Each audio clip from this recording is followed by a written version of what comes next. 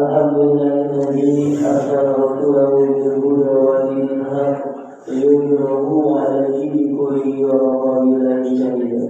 أشهد أن لا إله إلا الله وأشهد أن محمدا عبده ورسوله أما بعد. Saya hormati Al-Mukarram Al-Ustaz Dr. Andes Haji Nurullah Komunikasi MA yang saya hormati Bapak Ibu Kepala Taubat Bapak Haji Fajar, dan saya hormati Bapak Delapan dan Bapak Ibu Imam Kepala Taubat yang semoga dirahmati Allah Subhanahu wa Ta'ala. Puji syukur kehadirat Allah Subhanahu wa Ta'ala yang telah memberikan rezekinya kepada kita berupa iman, Islam, dan sehat walafiat sehingga kembali di musola taubat dalam acara kajian rutin akad atau perkenalkan saya Jaka akan menghadap dari berikut, yaitu pertama pembukaan, kedua dari ketua musola taubat, yang ketiga tausiah yang akan disampaikan oleh Al-Mukarram Al-Ustaz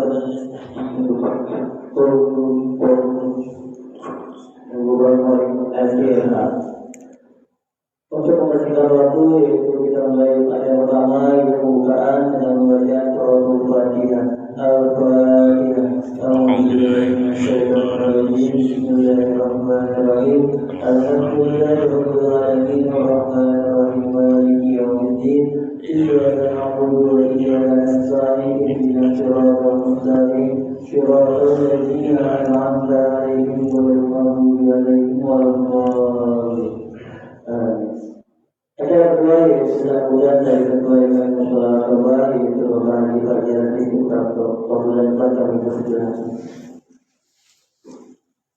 Terima kasih. Assalamualaikum warahmatullahi wabarakatuh.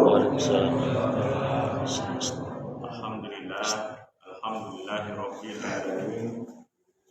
Wassalatu wassalamu ala asyrofil mursalin sayyidina Muhammadin paling tinggi wa ala alihi wa ashabihi ajmain. Rabbi sholli wa yassir amri wa hlul 'uqdatam min lisani yafqahu qawli, amma ba'd. Yang sama-sama kita hormati dan kita muliakan guru kita Ustaz Dr. Haji Nurullah Komunikasi. Selamat datang di sholat taubat. Ada juga di sini yang punya wilayah selaku ketua RT dan Pak RW beliau izin karena saat ini sedang berada di Lombok, dan tentunya ada wakilnya Pak Sekretaris RW dan Pak dan pengurus dari Masjid Al-Ikhlas Pak Haji Pandoro, dan juga teman semua Bapak Ibu jamaah musola at-taubah yang insyaallah dirahmati oleh Allah Subhanahu wa Ta'ala. Amin.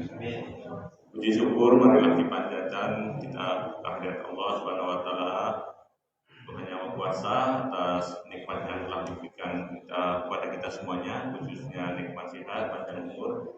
Alhamdulillah kita semuanya bisa hadir di musola at-taubah yang kita ini, tentunya dalam rangka kita mengikuti pengajian rutin bulanan. Tentunya kami mohon maaf pada jamaah musola taubat pasca kita Ramadan, dan insyaallah hari baru kali ini kita bisa menyelenggarakan pengajian dikarenakan sesuatu dan lain-lain. Tentunya kita mengaji, dan alhamdulillah hari ini sudah hadir di tengah kita penceramah kita Ustaz Dr. Haji Nurullah Soleh. Oke. Nanti didoakan menyampaikan tema terkait dengan menjaga kehormatan titipannya. Ya. Jadi Bapak Ibu semuanya, tentunya kita bisa menyimak dengan baik nanti apa yang akan beliau sampaikan, apa saja sih yang menjadi titipan dari Allah Subhanahu wa Ta'ala kepada kita, dan bagaimana kita harus menjaganya dalam hal ini supaya tidak sia-sia ya Pak Ustaz ya, kita di dalam menjalani hidup dan kehidupan kita sehari-hari. Nah tentunya kita harus menjaganya dengan hal-hal yang menjadi atau suatu kebaikan dalam hal ini. Baik, mungkin itu yang dapat kami sampaikan. Yang kami mohon dan juga Bapak Ibu silakan kalau ada hal-hal yang perlu untuk disampaikan, ditanyakan kepada kita, mumpung ada beliau, jadi nanti bisa kita bertanya sesuatu hal yang barangkali terkait dengan temanya yang belum memahami atau mungkin hal-hal yang lain barangkali nanti bisa disampaikan di dalam forum ini. Terima kasih. Assalamualaikum warahmatullahi wabarakatuh. Waalaikumsalam.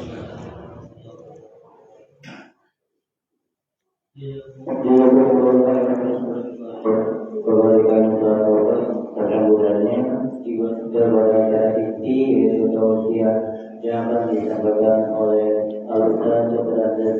dari Gubernur Komunikasi waktu yang sampai bersilakan. Bismillahirrahmanirrahim. Assalamualaikum warahmatullahi wabarakatuh. Waalaikumsalam.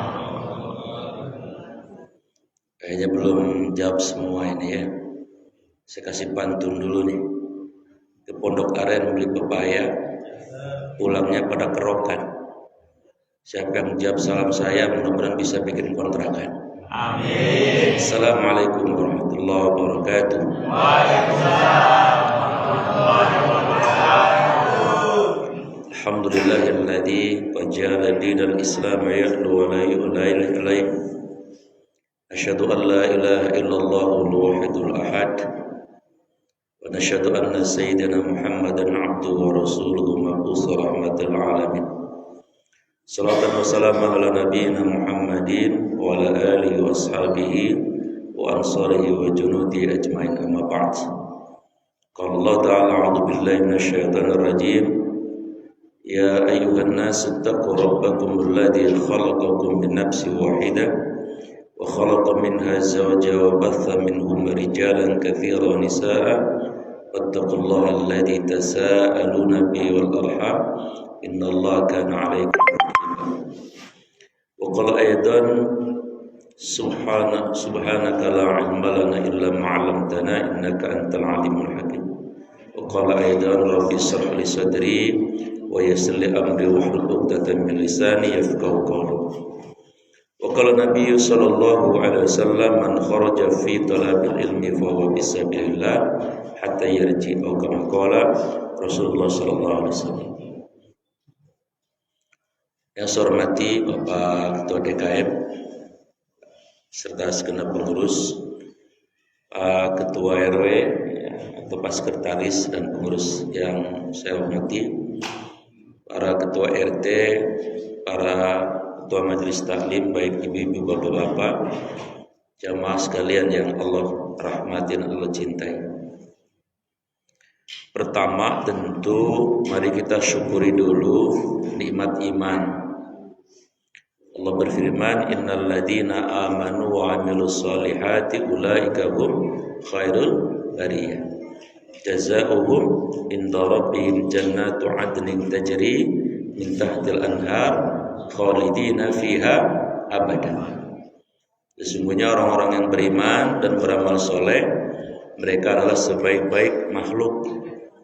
Balasan mereka di sisi Allah atas iman dan amal solehnya itu, jannatin tajri min tahtil anhar, adalah surga. Jadi ibu bapak nanti karena ibu bapak punya iman dan beramal soleh, akan Allah masukkan ke surga. Ke surganya tidak semiliar tahun, tidak setriliun tahun, tapi kata Allah, khalidina fiha abada, selama-lamanya. Apalagi di surga ada 8 fasilitas ya. Pertama, muda terus, tidak akan pernah tua selamanya. Kalau laki-laki umurnya salasa wa salasin 33. Umurnya Nabi Isa. Gantengnya kayak Nabi Adam. Nabi Adam itu manusia paling ganteng di bumi ini. Separuh kegantengan beliau diberikan kepada Nabi Yusuf, separuhnya diberi untuk semua laki-laki.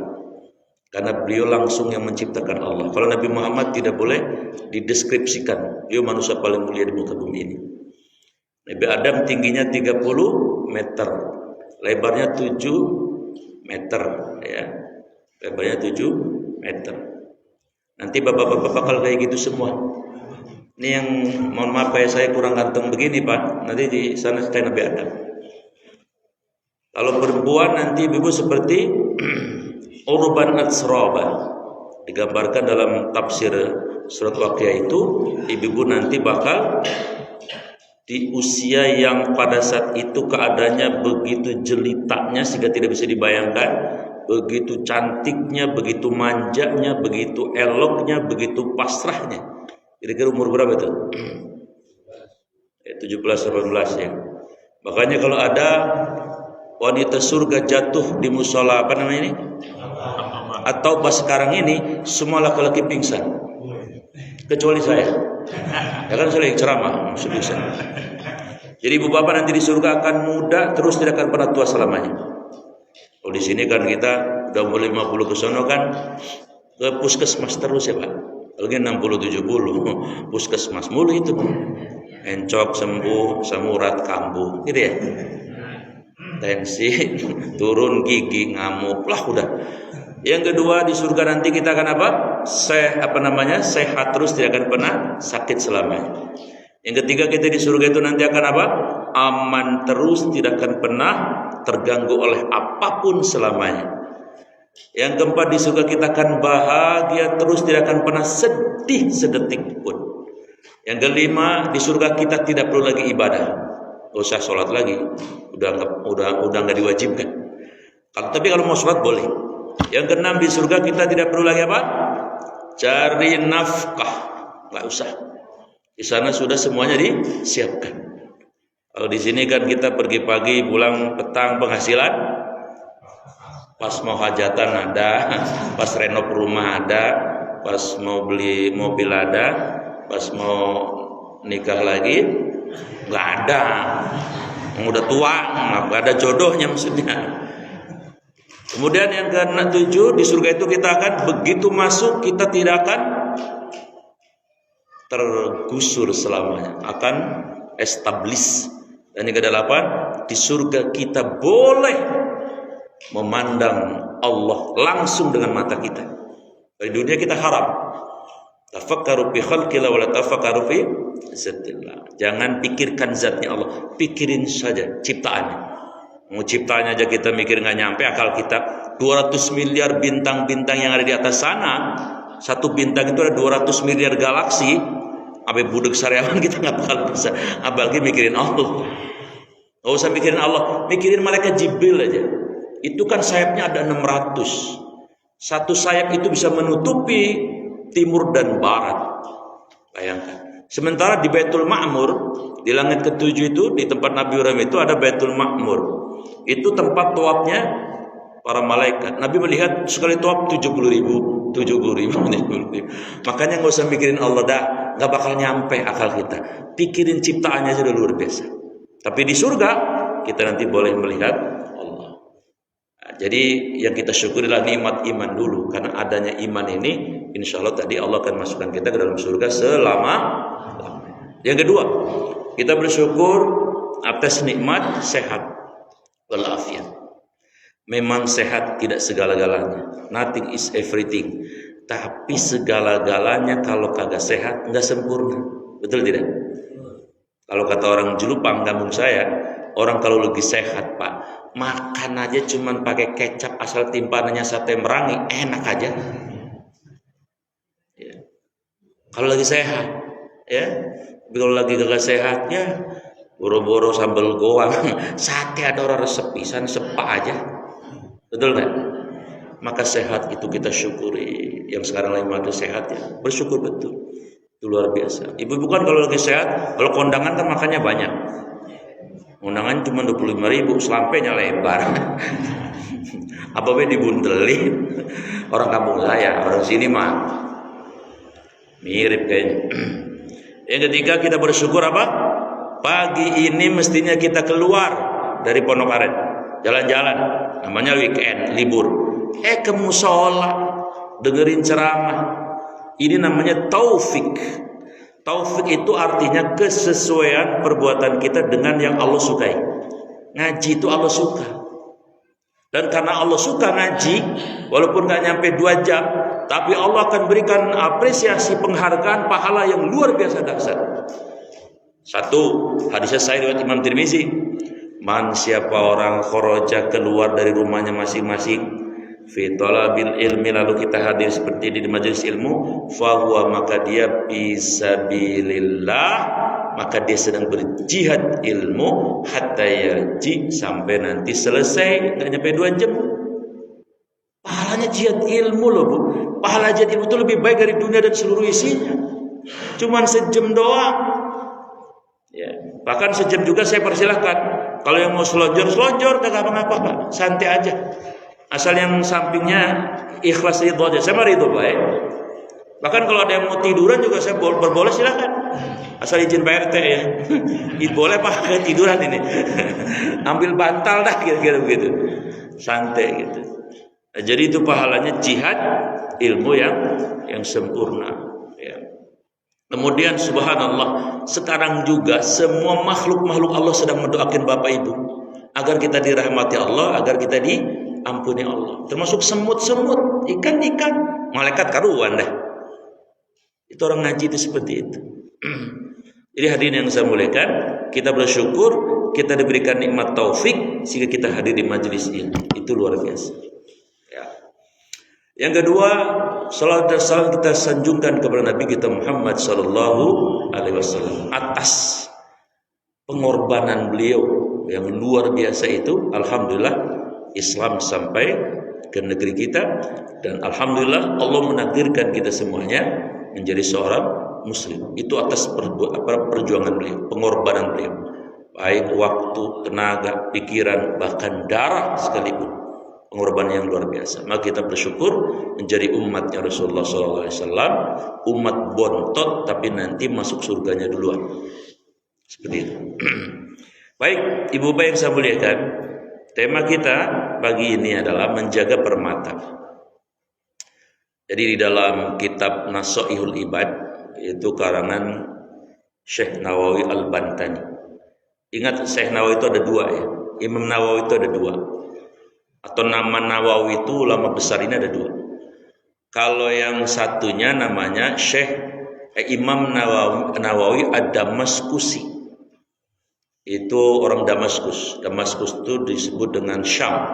Dulu zaman Nabi namanya Syam. Nah, kalau sekarang Damaskus itu 3 negara. Palestina, Syria, dan Libanon. Kalau Bapak Ibu mau ke Palestina, itu kira-kira dari Batu Ceper Ngetan. Ya naik kapal sana, naik kapal sana ya. Nah, itu Imam Nawawi Ad-Damaskusi. Beliau ulama besar ya.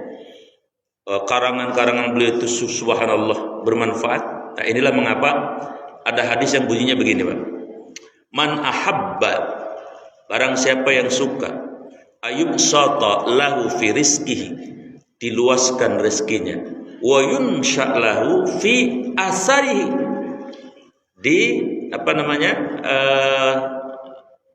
panjangkan asarnya.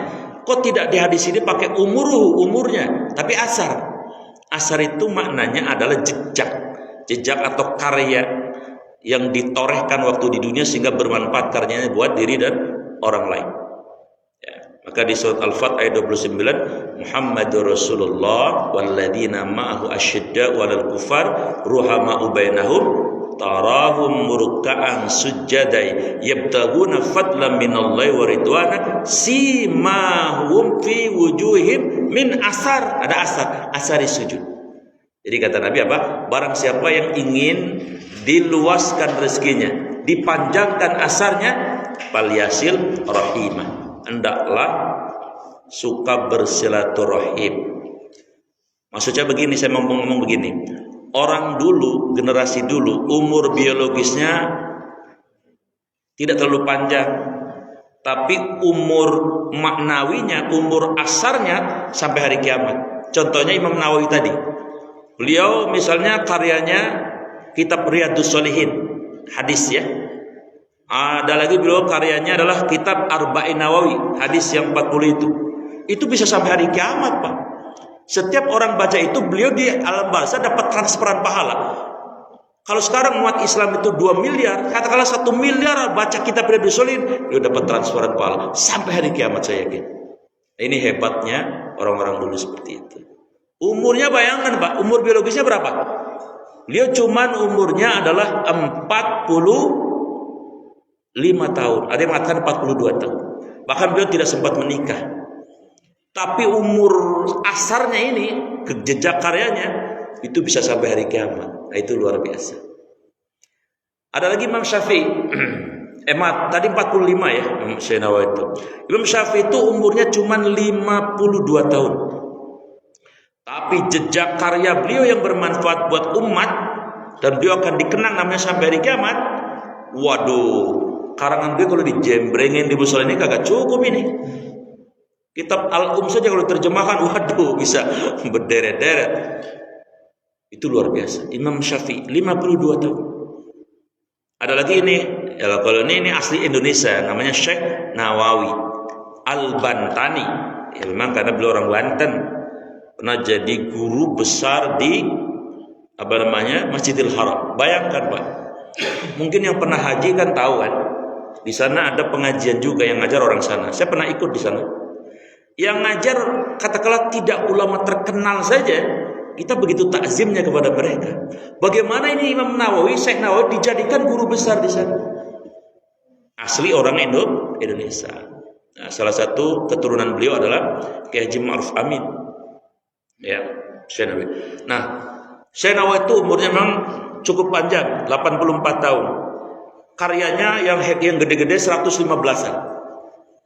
Ini hebatnya orang-orang ulama-ulama itu di situ. Jadi mereka jariah ilmunya sampai hari kiamat. Orang akan terus mendapatkan, beliau terus dapat transferan pahala. Kita jejaknya apa ini? Sudah meninggal. Meninggal sebulan orang udah lupa semua dah. Mestinya harus ada jejak-jejaknya gitu. Nah, di dalam karangan beliau ini namanya kitab Nasaihul Ibad karangan Syekh Nawawi Al-Bantani. Itu beliau menukil satu hadis yang diriwayatkan oleh Imam Hakim. Apa kata Nabi? Sittatun, ada 6 jawahirun, permata, ya, fi kulli jismi bani Adam, yang Allah titipin pada setiap kita anak cucu Nabi Adam, yuzaluha, tapi kalau kagak dijagain akan bisa hilang bisittati asya, dengan 7 perkara, dengan 6 perkara yang lainnya. Maka kudu dijagain ini.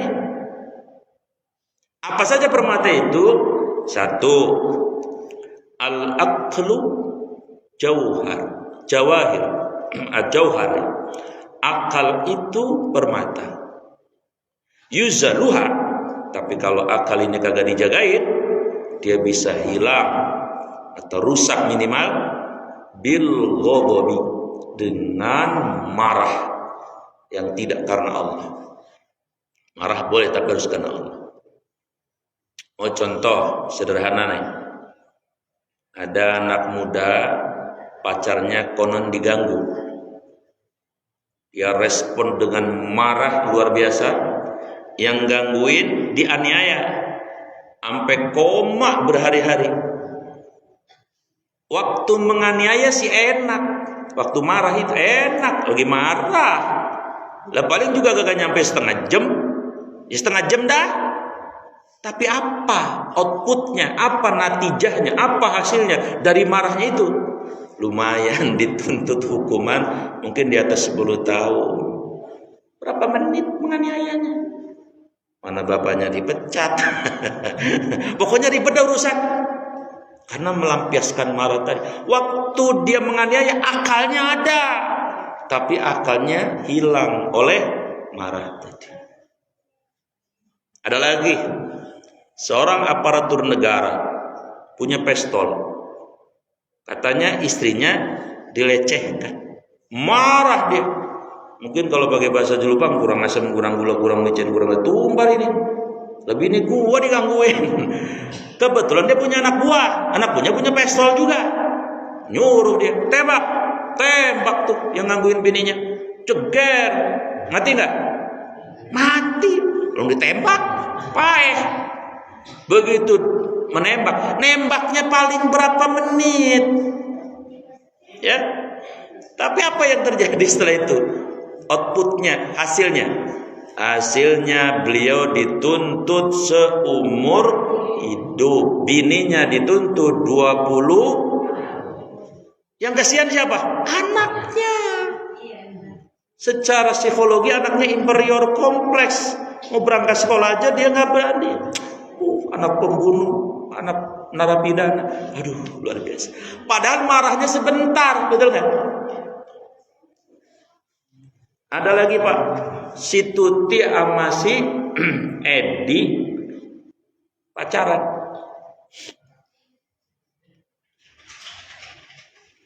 Silakan. Iya, gampangnya begitu dah. Si Tuti sama si Edi ya. Nama asli sih bukan si Tuti, si Edi. Ini biar gampang aja. Emang siapa maunya? Markona. Si Tuti sama si Edi pacaran. Ya tahu pala pacaran bocah sekarang kan kita tahu dah ya. Memang pacaran zaman saya yang udah kepala 5 ke atas beda zaman dulu mah. Kita dikasih surat aja udah kagak tidur 2 hari 2 malam. Bola balik dicium. Taruh lagi cium dulu gitu Pak ya. Ya zaman sekarang mah pacaran ampun, apa-apa dibedolin sekarang. Si Tuti kemudian pacaran, singkat cerita karena kebablasan si Tutinya perutnya kembung. Kembung dikerokin kagak sembuh, makin gede. Bocah rupanya di perutnya itu. Singkat cerita, bocah lahir tapi belum kawin si Edi sama si Tuti ini. Si Tutinya begitu bayinya lahir, telepon sama si Edi, "Bang, ini anak lu lahir." Rupanya si Edi kurang ajar tuh bocah ya. Kagak makan bangku sekolah kali. Dibilang si Tuti begitu, enak aja. Anak lu bukan anak gua. Ya namanya play bocah Perengginang Cisauk begitu. Kagak bertanggung jawab. Si Tutinya marah banget. Ya mungkin waktu menanam saham sih tenang-tenang aja, enak-enak aja ya. Begitu ditagih debit kolektor begini, lah ya mongsang mangsin. Apa yang dilakukan si Tuti? Saking marahnya, begitu melihat bayinya baru lahirin, itu seolah ada wajah si Edi. Saking marahnya bayinya dicekik Pak. Bayi dicekik baru lahir, nyekiknya sebentar. Waktu nyekik juga akalnya si Tuti ada, tapi akalnya tereduksi, hilang oleh marahnya tadi. Ada lagi di Palembang. Bapaknya habis panen kopi. Namanya punya kebun kopi. Anaknya yang semester 2 minta dibeliin motor gede. Ya, sebetulnya bisa bapaknya beliin, cuman bapaknya bilang masih ada kebutuhan yang lain tong katanya. Kagak ngerti nih namanya anak. Pokoknya harus dibeliin. Enggak dibeliin juga sama bapaknya. Apa yang terjadi? Mohon maaf. Bapaknya dipacul. Ini kejadian, fakta ini, fakta sosial namanya. Wafatlah ayahnya itu. Apa yang terjadi? Hanya dituntut tuntutan hukum, pasal kena hukum anaknya tadi. Kuliah, hancurlah tuh anak. Waktu macul paling berapa menit, ya enggak? Tapi marahnya ini membuat kemudian akal tadi hilang. Makanya Rasul pesan apa? La takdob walakal jannah. Tahan marah karena Allah, tahan emosi karena Allah. Harus karena Allah. Tahan marah karena Allah, walakal jannah. Niscaya kamu akan dapat surga dunia dan surga akhir. Surga dunia apa? Stabilitas temperatur batin terjaga. Tidak gampang stroke. Karena ada orang kena penyakit 3S. Tip, stroke, stop. Assalamualaikum. Iya, tip, stroke, stop. Karena tadi memperturutkan marah. Maka kita kalau diganggu, kita harus punya marah. Itu manusiawi. Nabi juga marah. Tapi ingat, marahnya harus karena Allah tadi. Jelas ini? Jadi akal kudu dijaga. Sebab kalau tidak dijaga, ya rusak oleh yang namanya marah. Hati-hati ini, suka marah-marah. Yang kedua, jamaah yang saya muliakan, ada lagi yang namanya ad-dinu jauhar. Agama itu permata. Yuzaluha, dia bisa hilang bil hasadi, dengan sifat hasad. Hasad itu apa? Iri, dengki. Pakai bahasa Julupangnya bagaimana hasad itu? Senang lihat orang susah kalau melihat orang pada senang, itu hasad. Tetangganya beli mobil baru, tensi dari normal 120 jadi 600, munjung, jadi berubah drastis. Tetangganya rupanya nggak cuma beli mobil Fortuner baru, katanya tetangganya baru tak beli tanah di Ciseeng 6.000 meter ke UGD deh, diantar bininya nanya, abang kenapa sih tiba-tiba begini? Tahu gua, paling dia iri sama tetangganya ke UGD. Dapat cerita lagi, tetangganya tidak hanya beli mobil Fortuner baru, tidak hanya beli tanah 6.000 meter di Ciseeng, tetangganya juga katanya barusan nikah dengan gadis umur 17 tahun di Parung, mati seketika. Lebihnya keder, abang apa mati ya? Lebihnya gak tahu, hati iri kan, dia hati di sini. Orang kelihatan seger tapi iri kan di sini. Makanya nanti di akhirat, Pak, ada orang yang waktu di dunia agamanya bagus, kan dari agama ya agamanya bagus, ya, ibadahnya bagus, tapi begitu dicek oleh Allah, rapotnya di akhirat semuanya merah. Lalu disodorkan, hambaku, kamu rapotnya merah nih, alias ya adresnya ke neraka ini. Lah dia komplain, Tuhan, ngapa jadi merah saya rapotnya? Emang apa kata Allah? Saya kan waktu dunia kualitas agama saya qualified, bagus. Memang kata Allah, kamu bagus agamanya.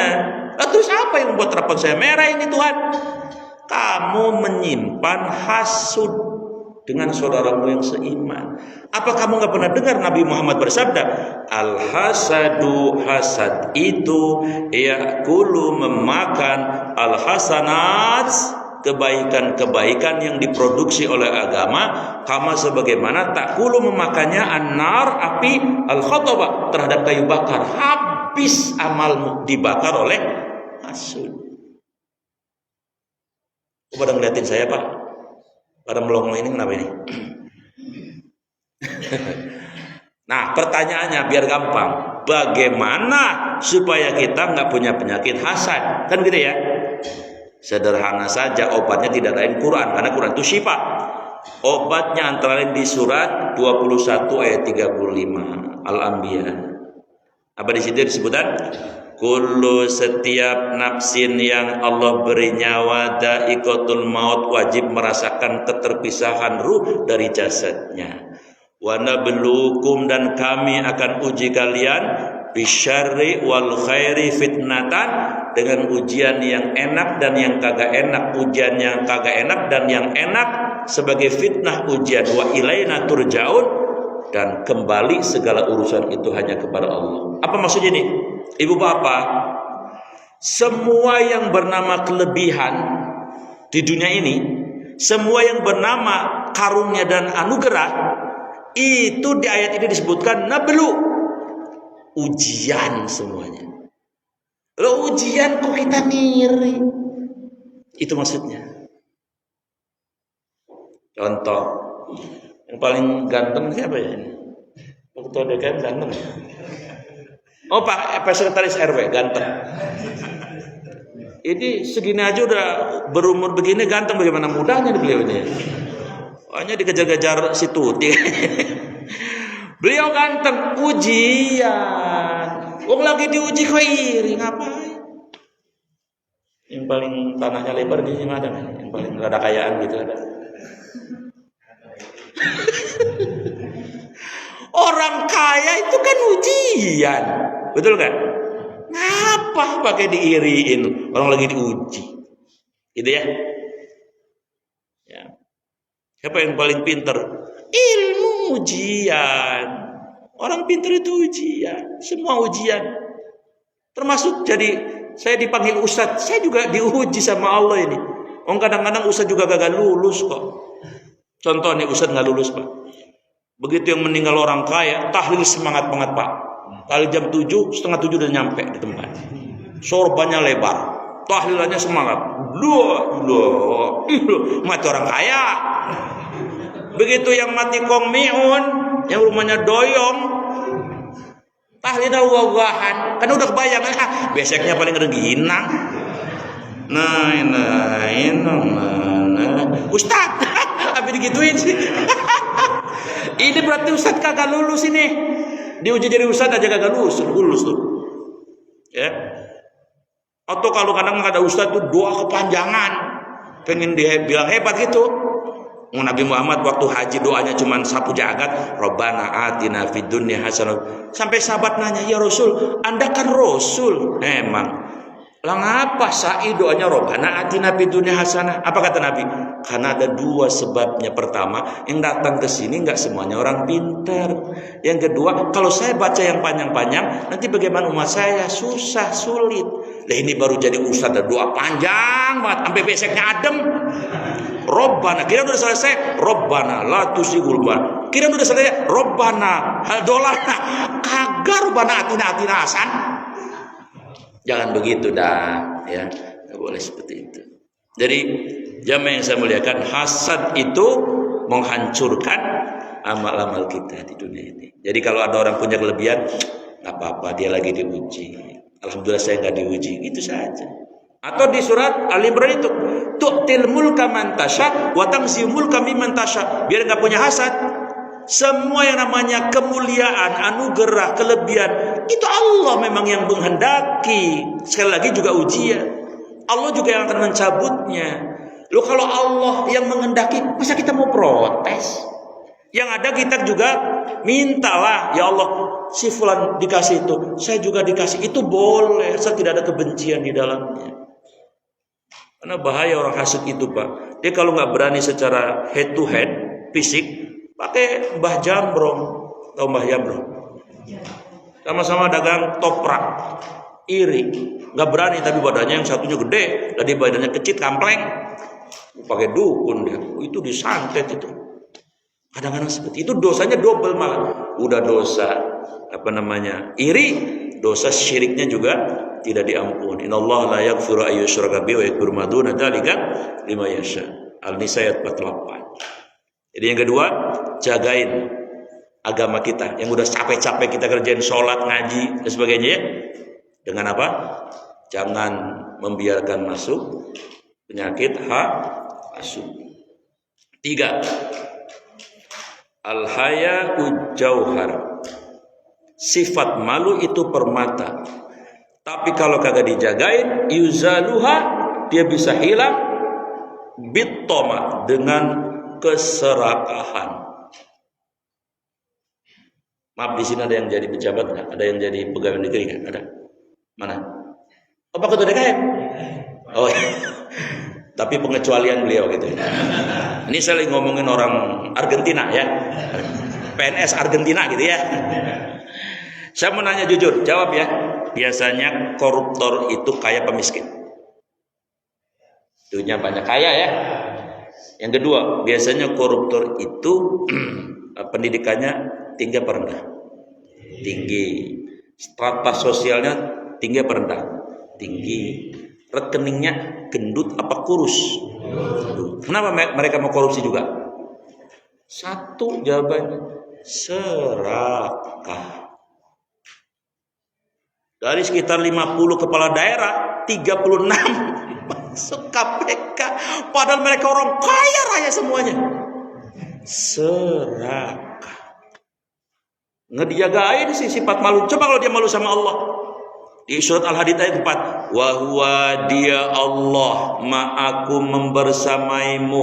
Ainama kuntum, dimanapun kamu berada 24 jam. Malu dong saya mau cari Allah. Malunya hilang. Sama nih, ini kampung apa namanya? Ini kampung apa? Oh, kompleks Enek ya? Oh, bukan kampung ya? Ya udah saya ngomongin kampung di DPR, kampung Jelupang. Di kampung Jelupang kalau hajatan hiburannya organ tunggal. Tahu kan? Tahu nggak Bapak? Kalau organ tunggal itu yang nyanyi perempuan apa orang lanang? Wadon. Organ tunggal yang nyanyi orang lanang, mana udah aki-aki, kagak resep pisan. Tukang kendang agak semangat, bubar ya. Pertanyaan kedua, si penyanyinya tadi udah orang perempuan, pakaiannya sempit apa longgar? Sempit. Kalau pakaiannya longgar ya kagak menarik. Orang resep, Pak, pengalaman Pak Sekretaris RW, pengalaman, sering kondangan maksudnya, sering tahu. Yang ketiga pertanyaannya, udah pakaiannya kagak longgar. Pertanyaan yang ketiga, nyanyinya diem bae kayak orang khotbah apa gerak-gerak? Nah lu, nanti masih muda pengalaman juga, hafal juga Bang Yusuf ini. Lah gerak-gerak lah, kalau diem bae ngejogrok, lo resep. Ya. Pertanyaannya, sebetulnya si penyanyi itu kan perempuan. Perempuan kan sifat malunya tinggi, ya. Sebetulnya dia risih apa tidak sih dilihat ribuan laki-laki? Sebetulnya fitrahnya risih, malu sebetulnya. Saya pernah diundang ceramah di dekat Ion BSD di Balai Mekanisasi Pertanian. Jam 9 saya diundang. Saya datang on time jam 9, bahkan sekitar kurang seperempat tepat waktu gitu. Begitu saya nyampe sana ternyata belum mulai, masih gladi resik. Ya karena saya udah nyampe, lalu saya balik lagi. Ya sudah, saya minta izin, saya ke depan ya. Emang udah disiapin Ustadz ada situ. Lah saya ke depan, lagi gladi resik, lagi nyanyi gladi resik, nyanyi lagu Indonesia tanah airku. Yang mimpin dirjennya perempuan, ibu-ibu. Mana cakep lagi Pak. Saya masih waras ini, masih normal ini. Cakep. Tapi pakai jilbab. Begitu saya masuk, langsung dia bilang begini sama operatornya. Udah ya latihannya, udah katanya. Ditanya, emang apa sih Bu? Malu sama Pak Ustadz. Malu dia. Paling gerak cuma tangannya. Indonesia. Malu dia. Lalu bagaimana jadi organ tunggal yang gerak kan bukan tangannya. Apa digerak-gerakin ya? Jawaban mereka biduan itu apa? Jawaban si biduan itu. Kenapa sih empok mau ngigel-ngigel begini? Kan dilihat tuan-tuan kan dosa Pak. Yang ngigel, yang nonton 10 laki-laki, empok dosa jariah itu 10. Kalau yang nonton sejuta empok dosanya. Kenapa empok masih tetap mau ngigel baik? Jawabannya ternyata tadi toma. Apa toma? Cuan Ustadz, saya nyari cuan. Nyari duit, serakah. Seolah menganggap Allah tidak bisa memberikan rezeki yang halal yang baik. Serakah. Hati-hati ya masyarakat. Ini kalau tidak dijagain, maka sifat malu kita bisa hilang. Udah dikasih tahu Pak RT, udah 2 periode aja ya. Enggak, saya pengen 3 periode. Bagaimana caranya ya? Atur aja. Saya nggak kebayang ini. Sumpah sama Pak RT di saya sampai 3 periode saya nggak kebayang. Ya mungkin menurut dia dan pendukungnya ya bagus, tapi kan yang kagak dukung enak ngelihatnya gitu ya. Lu lagi baik. Ini aja gue udah enak gitu ya. Ini saya ngomongin RT saya. Ya. Udah 2 periode aja bah cukup dah ya. Serakah kalau sampai 3-4 gitu. Yang udah yang zaman dulu mah. Ya. Jadi kalau tidak dijagain sifat malu ini, maka dia akan hilang. Oleh apa? Keserakahan. 4. Al-amalu soleh jauhar.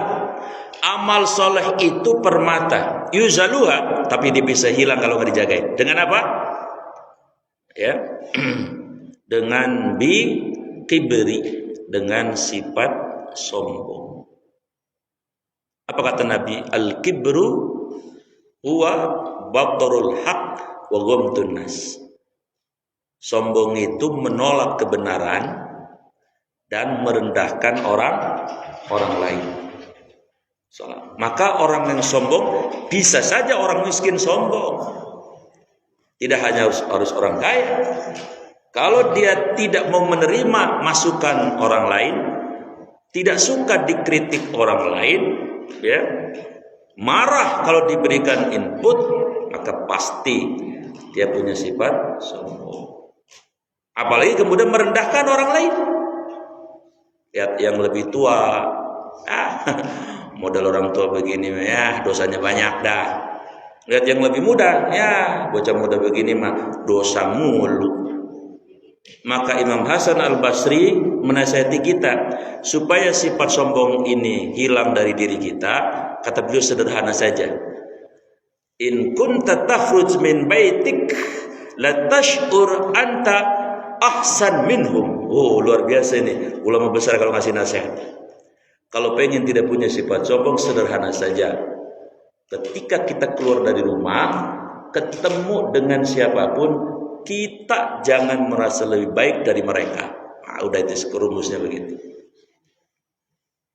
Bahkan ketemu orang gila, ya Allah, belum tentu saya lebih baik dari orang gila ini. Kalau Allah sembuhkan orang gila ini menjadi pejuang Islam. Bahkan ketemu dengan orang kafir sekalipun, ya Allah, mungkin dia belum beriman sekarang. Kalau kau beri hidayah dia, lalu menjadi orang-orang yang hebat seperti Kokolim, Irene Handono, ya, seperti Kit Stefan dan sebagainya, mualaf-mualaf yang perjuangannya luar biasa, apalah artinya saya?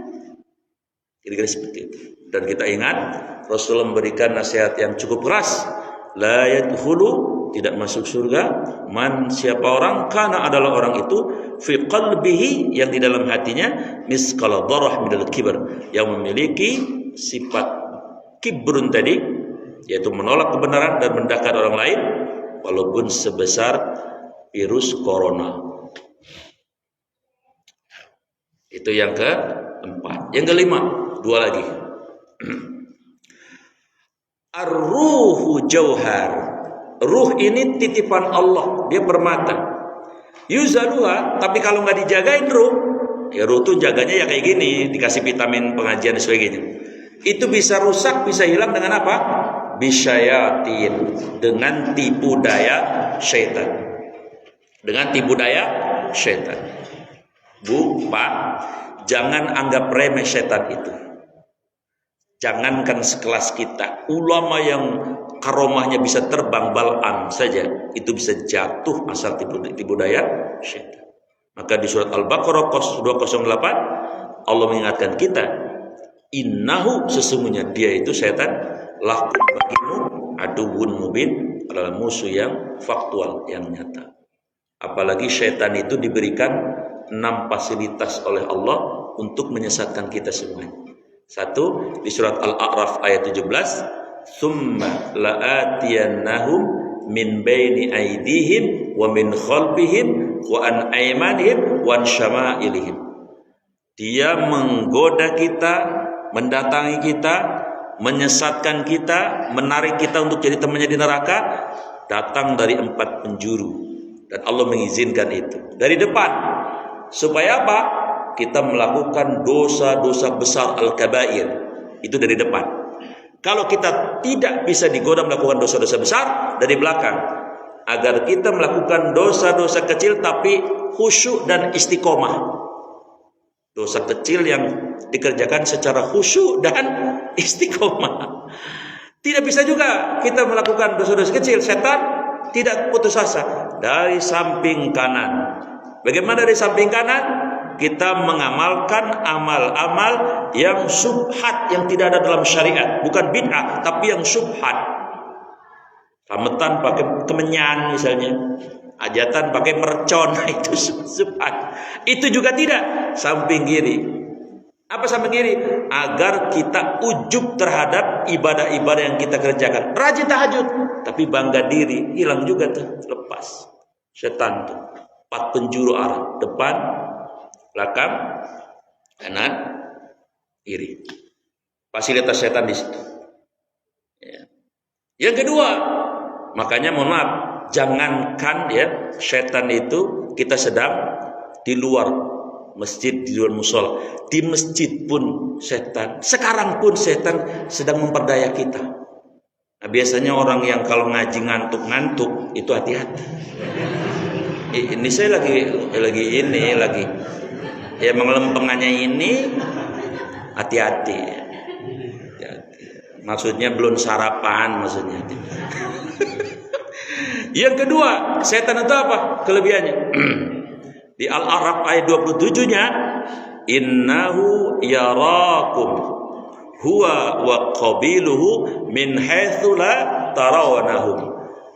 Dia itu melihat kita kagak melihat dia. Dari arah yang kita tidak bisa melihat mereka. Lihat Pak, setan itu lihat kita semuanya. Ya. Lagi pengantin baru, emang setan gak ngelihat? Ngelihat. Makanya nih mohon maaf nih, Bapak dulu waktu pengantin, saya tanya jujur ya, Bapak dulu waktu pengantin sholat sunnah zafaf nggak? Nah, mana yang jawab tadi? Yang jawab tadi siapa? Kalau belum, berarti kalau bisa lebih baik jadi pengantin lagi, ulangi. Ini Pak Usop yang muda aki-aki mah jangan jawab lah, tahu diri gitu ya. Kan mohon maaf Pak, kan kalau kita jadi pengantin nih supaya nggak digodain setan, sebelum kita bercampur sama bini kita, sholat syabab dulu 2 rakaat. Habis sholat, bini kita bun-bunannya kita pegang, kita doain, Allahumma inni as'aluka khairaha wa khaira ma jabaltaha wa a'udzubika min syarriha wa syarri ma jabaltaha. Pakai bahasa gampangnya begini, ya Allah, aku memohon kepadamu kebaikan dari istri saya dan kebaikan yang telah karakter yang telah kau anugerahkan kepadanya. Aku berlindung dari keburukannya dan dari keburukan sifat yang kau anugerahkan kepadanya. Perempuan pengantin perempuan tugasnya cuma amin, amin. Yang doa lakinya. Habis doa biar rezekinya lancar, baca Waqiah 6.000 kali aja nggak usah banyak-banyak. Waduh iya ya, nggak kebagi. Nggak, yang sholatnya benar. Kalau yang Waqiahnya itu mah tambahan kalau mau. Ya. Tapi yang pasti sebelum bercampur, habis sholat itu, habis doain bininya, ada doa lagi harus kita baca. Allahumma janibna syaiton wa janibna syaiton ma razaqtana. Harus dibaca itu. Ketika kita baca doa itu, kan Allahumma janibna, ya Allah jauhkan setan dari kami dan jauhkan setan dari rezeki yang akan kau anugerahkan kepada kita, maksudnya anak. Kalau enggak, setan ikut kolaborasi. Sebab setan ketika ada pengantin ngintip. Serius ini ayatnya tadi. Al-A'raf 27. Dia ada di situ. Lah, nenek-nenek cekikikan baik. You udah lupa, Nek. Ilok masih hidup. Hah? Nyesel ya, pengen gadis lagi nih jadinya. Pertanyaan berikutnya, kenapa yang didoain bininya yo? Yang didoain kenapa bininya? Karena sebetulnya persoalan rumah tangga itu yang paling penting adalah istri sebetulnya. Kan saya pernah bilang perempuan atau bini 5 kelebihannya ya, masih ingat kan?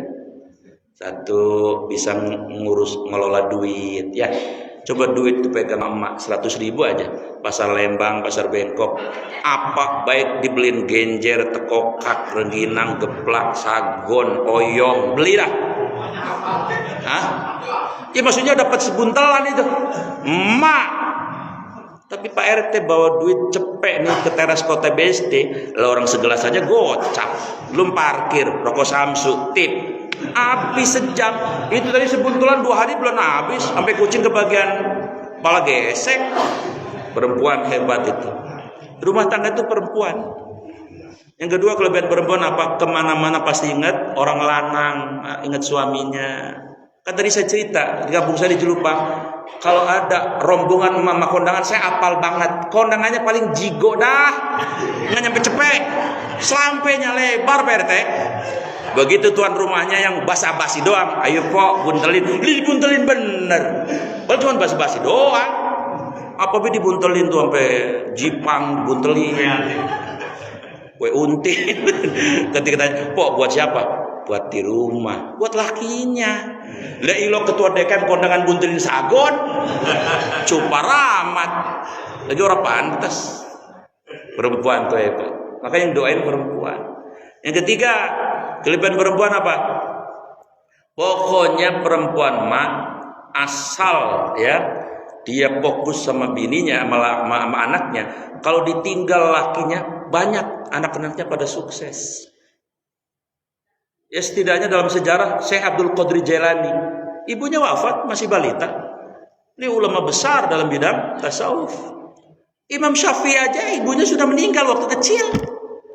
Nabi Muhammad bahkan tidak melihat ayahnya. Sukses. Tapi saya belum dengar duda anaknya pada sukses.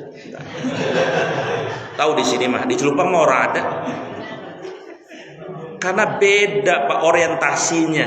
Kalau ibu-ibu emak-emak lakinya meninggal, dia fokus sama anaknya. Kalau bapak-bapak ditinggal bininya, fokusnya masih Markono orang Ciseeng. Tuh perempuan hebat kan? Yang keempat, perempuan apa hebatnya? Pokoknya ada bini Pak. Bapak kondangan ke Vietnam 5 tahun juga gak mengapa. Asal ada bini di rumah rapi. Coba kebalikan, ibu kondangan ke Kamboja 5 tahun.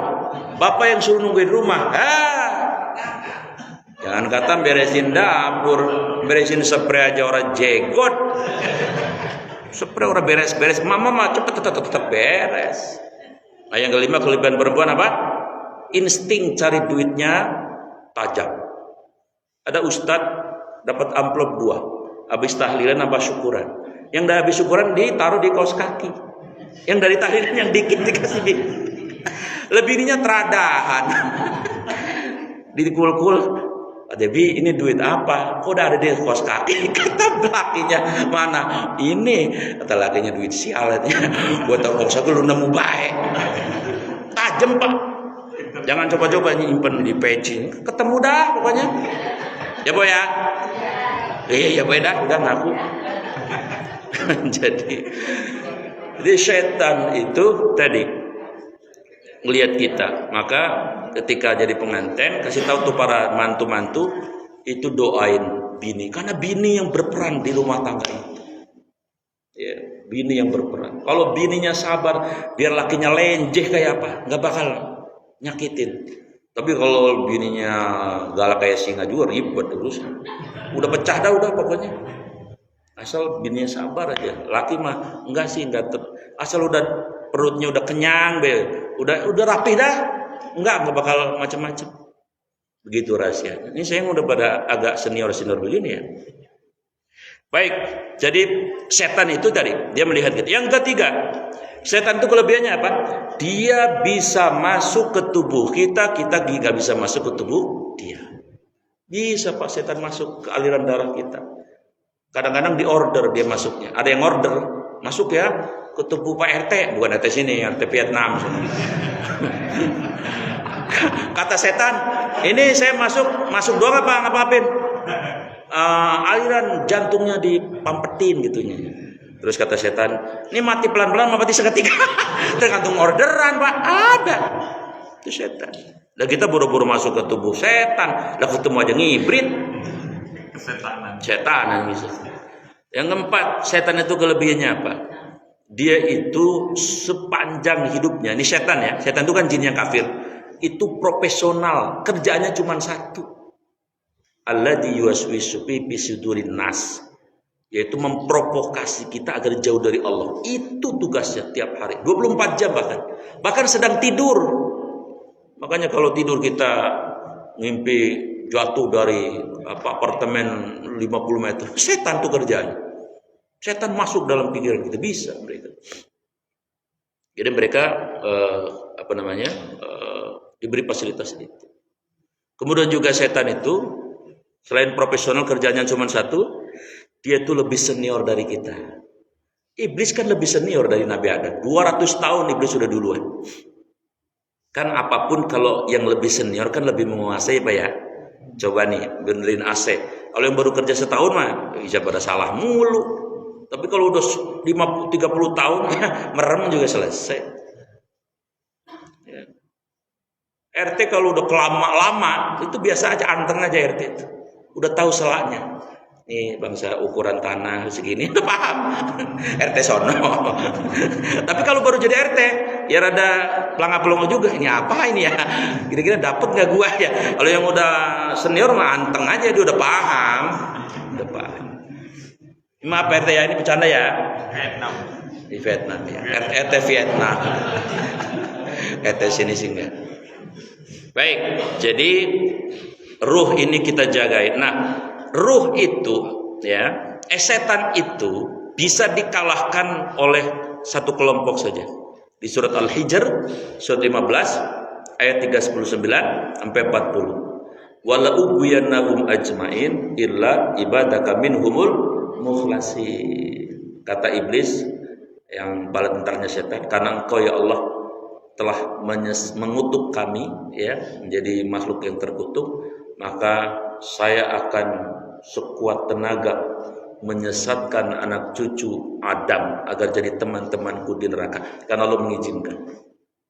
Tapi Allah mengatakan apa? Iblis mengatakan apa? Illa, kecuali Tuhan, saya tidak bisa, kami tidak bisa menyesatkan golongan ini. Ibadah kami minhumul mukhlasin, hamba-hambamu yang ikhlas. Oh, ternyata ada satu golongan manusia yang setan nggak bisa ngerusak masuk ke dalam kita, orang yang ikhlas. Ikhlas itu gambarnya di surat Al-An'am 162 ada ya. Inna, sesungguhnya sholat saya, sholati, wa nusuki, ibadah saya, wa mahyaya, hidup saya, wa mamati, mati saya, lillah, hanya untuk Allah. Orang yang kayak gini itu setan nggak berani, bahkan tidak bisa, bahkan tidak berani, apalagi merusak, tidak bisa. Jadi silahkan kalau pengen ditakuti setan, itu rahasia. Ya. Nah, yang terakhir, asyaklu jauhar. Tubuh ini jasad ini adalah permata titipan Allah. Yuzaluha, tapi kalau nggak dijaga dia bisa rusak ya. Dengan apa? Bil hawa, dengan keinginan hawa nafsu. Di surat Yusuf ayat 53, inna, sesungguhnya an-nafsa, keinginan diri itu, la, benar-benar ammaratun, menyuruh kita bisu, agar melakukan perbuatan yang jahat. Jadi kalau nggak dijagain itu, kita akan dipermainkan oleh hawa nafsu kita sendiri. Maka ada seorang ulama mengatakan bahwa musuh terberat kita justru adalah diri kita sendiri. Yang dimaksud adalah hawa nafsu. Mudah-mudahan 6 hal titipan Allah itu, permata Allah itu kita jaga supaya tidak dirusak ya, atau bahkan bisa hilang oleh 6 perkara yang lain. Saya kira demikian, mudah-mudahan bermanfaat. Selebihnya kalau ada pertanyaan dipersilakan kalau ada. Baik. Ibu jemaah pengajian yang dimana Allah, kita sudah sama-sama mendengarkan titipan dari Allah tadi yang bisa hilang, ada 6 tadi. Nah, silakan Bapak Ibu yang mungkin masih ingin dalam ini untuk menanyakan kepada Ustaz, silakan, atau barangkali juga ada silakan. Biasanya Pak Edi, silakan Pak Edi. Lalu Pak Edi. Waduh, tadi saya nyontain Pak Edi ya. Ada 2 Edi. Edi sana. Edi Cilengsi. Kalau ada itu juga. Tapi namanya ini Edi Zoom masalahnya. Yang benar Edi siapa? Edi Zoom. Baik, yang lain teman-teman silakan. Biasanya kalau suruh nanya itu ya, biasanya begitu Pak. Tapi kalau suruh makan insya Allah mau. Baik, ayo kita siapkan Pak Ustaz. Siap. Silakan. Ya, mulai dulu. Biasanya pancingan dulu. Waalaikumsalam. Ini dari pengantar tadi sebelum masuk tema, kan kalau kita hidup di dunia memang ada yang baik, ada yang buruk, ada yang cantik, ada yang kurang, nampak, ada yang enggak. Nah, kalau di surga ini, tadi kan katanya semua tampan, semua cantik, gitu, sampai dari bidadari sampai istri kita. Nah, kalau kita mungkin kayak gitu, apa enggak hambar gitu? Padahal kalau di dunia yang ada cantik, pasti ada yang kurang, ada yang kurang, pembandingnya gitu.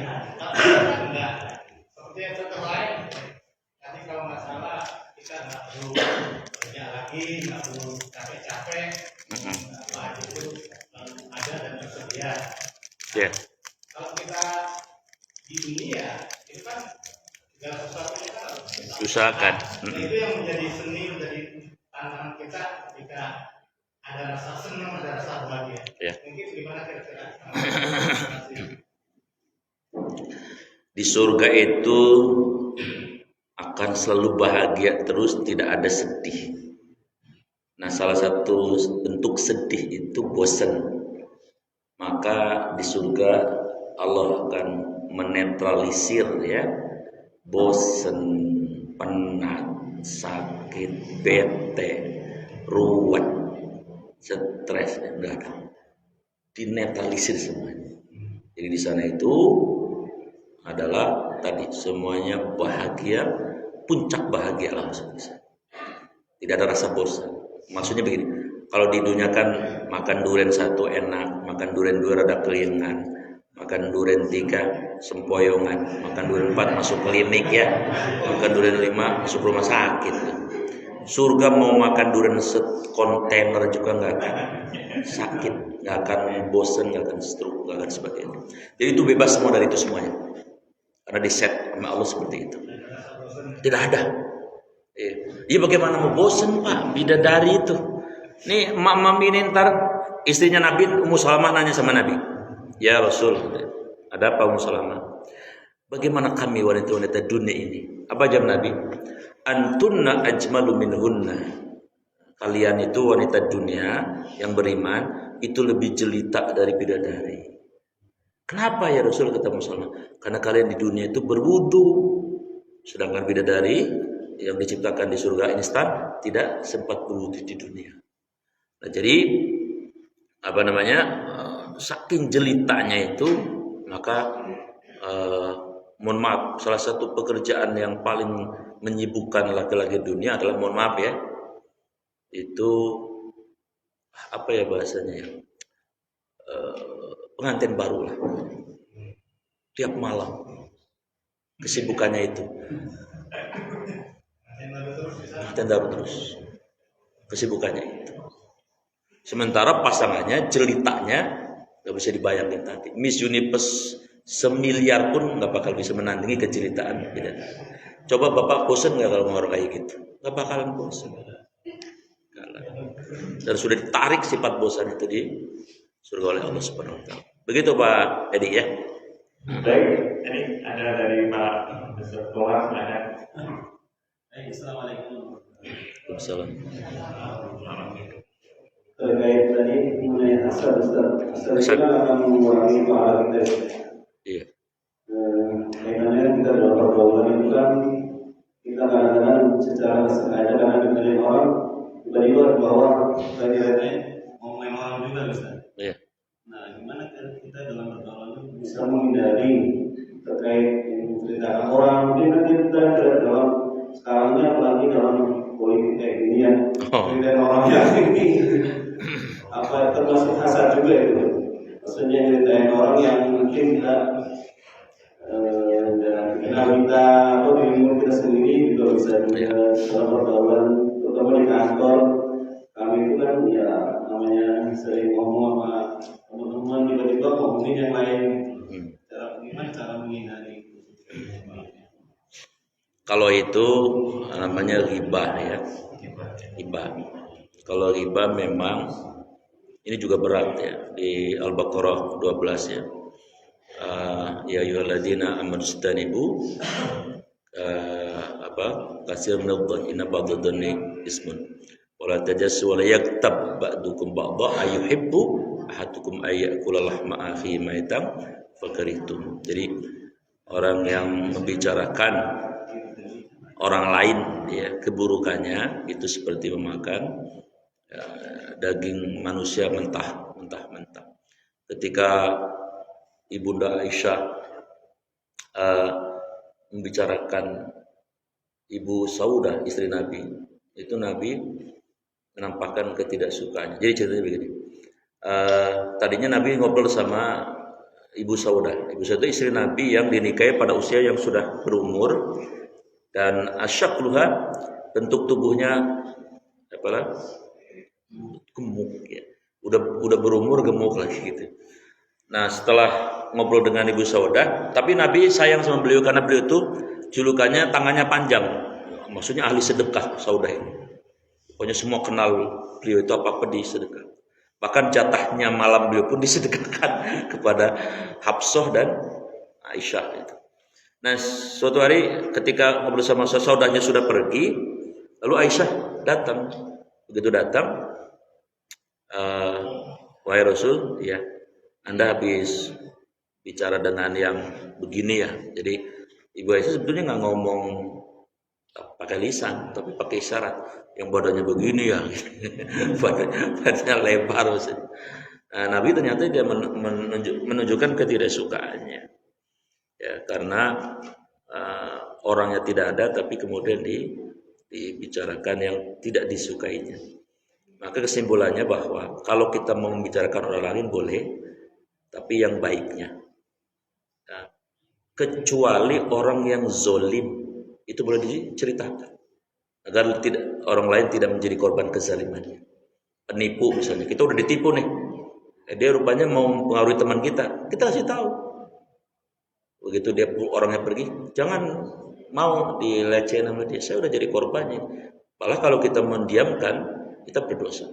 Atau di pengadilan kita ditanya tentang si A memang adalah orang tidak baik, ya kita sampaikan sebagai bentuk dari saksi gitu ya.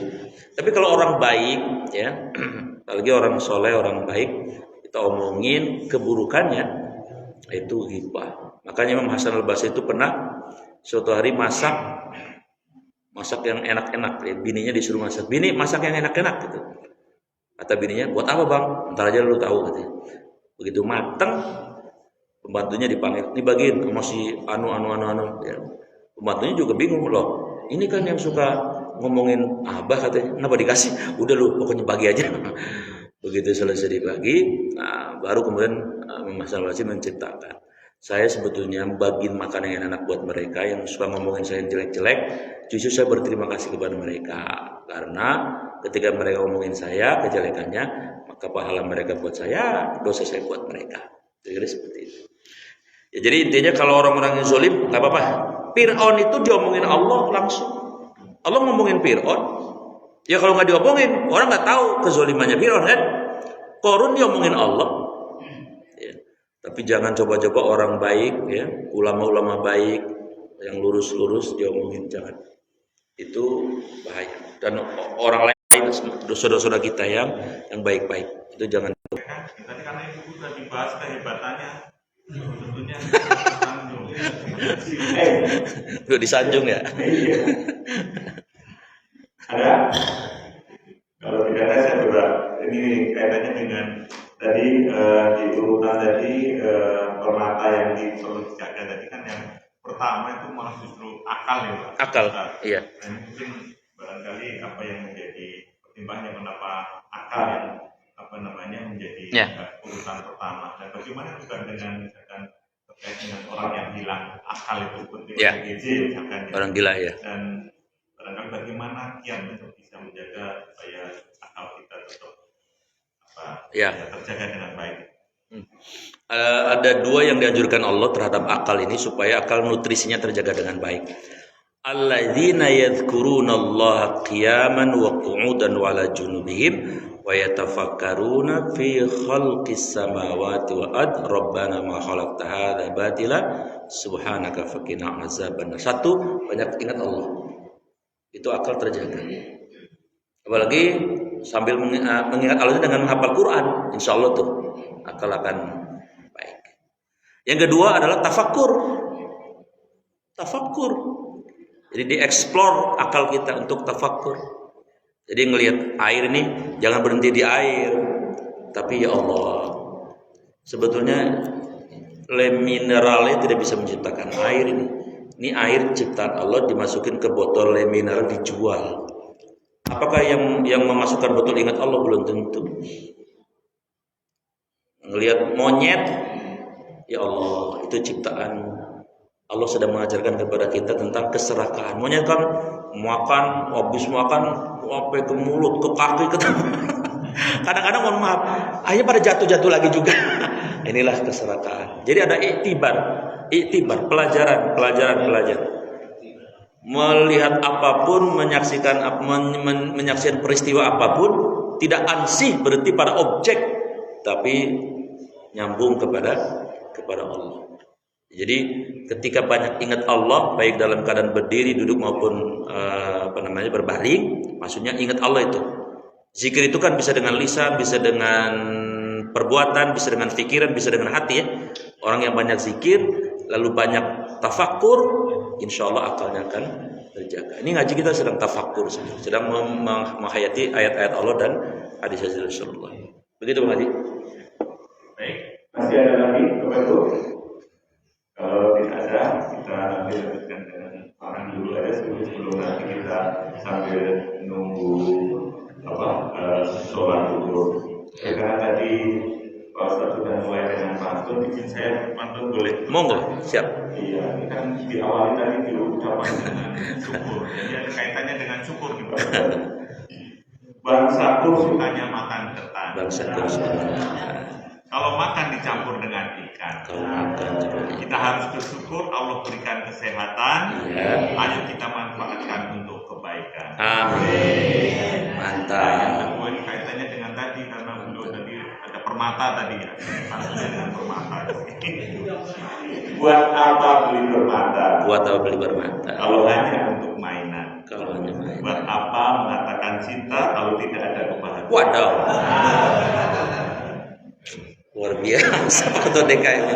Iya, jadi dikaitkan dengan tema ini. Siap. Baik Bapak Ibu, saya kira kalau tidak ada lagi kami dari pengurus DKM Nusantara akan terima kasih atas kehadiran Bapak semuanya, ya Pak Ustaz dan menemani kami dan kami harapkan Bapak Ibu untuk tetap semangat bagaimana memakmurkan soal-soal yang kita cintai ini dan kesempatan diri saya dan juga Bapak semuanya untuk terus meningkatkan amal soleh dengan bersedekah. Saya ingatkan terkait dengan program kita untuk tamat tabungan menuju akhirat ya yang ada di rumah masing-masing. Jangan lupa untuk diisi karena itu adalah bekal kita untuk menuju akhirat nanti. Seikhlasnya tadi Pak yang disampaikan Pak Ustadz tadi, ikhlas ya Pak Ustadz ya, itu yang paling ini.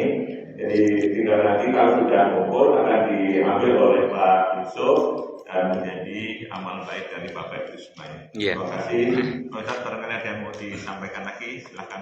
Cukup. Terima kasih. Assalamualaikum warahmatullahi wabarakatuh. Waalaikumsalam. Siap.